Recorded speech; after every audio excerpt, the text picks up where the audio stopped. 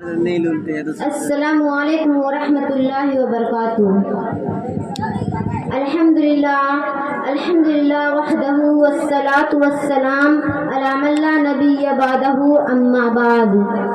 اعوذ باللہ من الشیطان الرجیم، بسم اللہ الرحمن الرحیم۔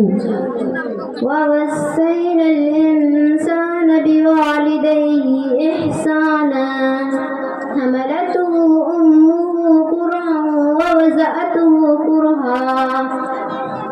اور ہم نے انسان کو اپنے والدین کے ساتھ بھلائی کا حکم کیا، اس کی ماں نے زمانے حمل میں تکلیف و مشقت کے ساتھ حمل کا بوجھ اٹھایا اور ولادت کے وقت میں جان کنی کے تکلیف کے ساتھ جنا ہے۔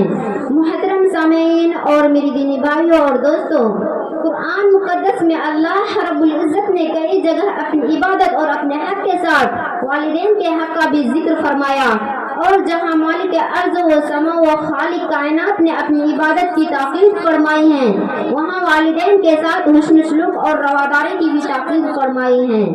کہیں فرمایا وَوَصَّيْنَا الْإِنسَانَ بِوَالِدَيْهِ إِحْسَانًا، ہم نے انسان کو اپنے والدین کے ساتھ حسن سلوک کی تاکید کی ہے۔ اور کہیں فرمایا وَوَصَّيْنَا الْإِنسَانَ بِوَالِدَيْهِ حُسْنًا، ہم نے انسان کو اپنے ماں باپ کے ساتھ ہمدردی کی تاکید کی ہے۔ الغرض والدین کا حق اولاد کے اوپر اللہ کے بعد دوسرے نمبر پر ہے، اس لیے کہ اللہ تبارک و تعالی موجود حقیقی ہیں اور عالم اسباب میں والدین اپنے اولاد کے وجود کا سبب ظاہری ہیں۔ اس لیے اللہ تعالی نے جگہ جگہ ماں باپ کے حقوق کی اہمیت کی تاکید فرمائی ہے کہ ہمیشہ اپنے والدین کے ساتھ اچھا سلوک کرتے رہو، ان کی تعظیم و محبت اور خدمت گزاری کو اپنی سعادت سمجھو۔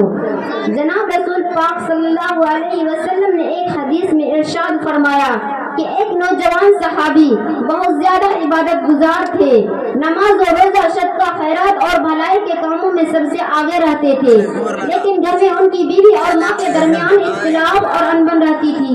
وہ بیوی کی بات میں آ کر ماں کے اوپر بیوی کی بات کو ترجیح دیتے تھے، جس کے نتیجے میں ماں ان سے بہت زیادہ خفا رہتی تھی۔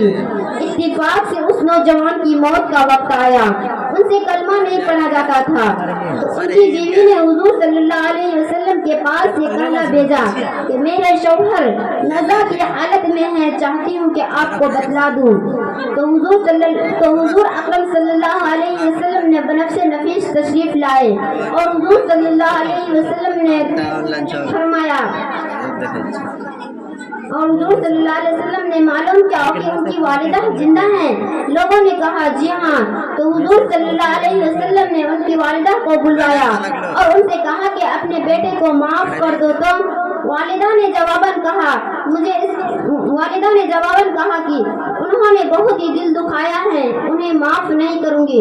اس پر حضور صلی اللہ علیہ وسلم نے لکڑیاں جمع کرنے کا حکم دیا اور اس میں آگ لگا دی گئی۔ پھر ماں سے پوچھا کہ کہیے اگر ہم تمہارے اس بیٹے کو آگ میں ڈال دے تو تم اپنے بیٹے کو بچانے کی سفارش کرو گی؟ ماں نے کہا ہاں۔ تو حضور صلی اللہ علیہ وسلم نے فرمایا کہ جہنم کے آگ اس آگ سے کہیں زیادہ سخت ہیں، جب تمہیں اس آگ میں جلنا گوارا نہیں تو اس سے زیادہ سخت ترین آگ میں جلنا کیسے گوارا ہے؟ لہذا تم اپنے بیٹے کو یا تو معاف کر دو ورنہ ہم تمہارے سامنے اس کو آگ میں جلا دیتے ہیں۔ اس پر ماں نے کہا یا رسول اللہ، آپ گواہ ہیں، میں نے اپنے بیٹے کو معاف کر دیا اور اس سے راضی ہوں۔ اس کے بعد آپ صلی اللہ علیہ وسلم نے بیٹے سے کہا کہ کلمہ پڑھو، تو انہوں نے کلمہ پڑھا۔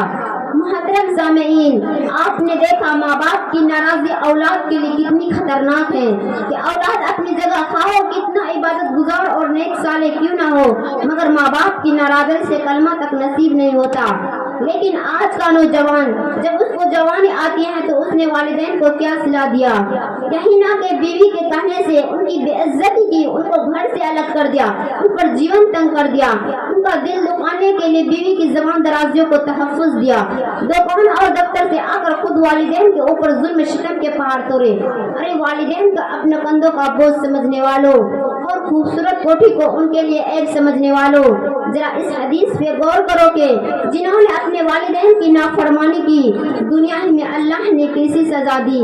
اس لیے عزم کرو کہ انشاءاللہ والدین کی خدمت ہر حال میں کرنی ہے۔ اللہ آپ کو اور مجھے والدین کی اطاعت کی توفیق عطا فرمائے۔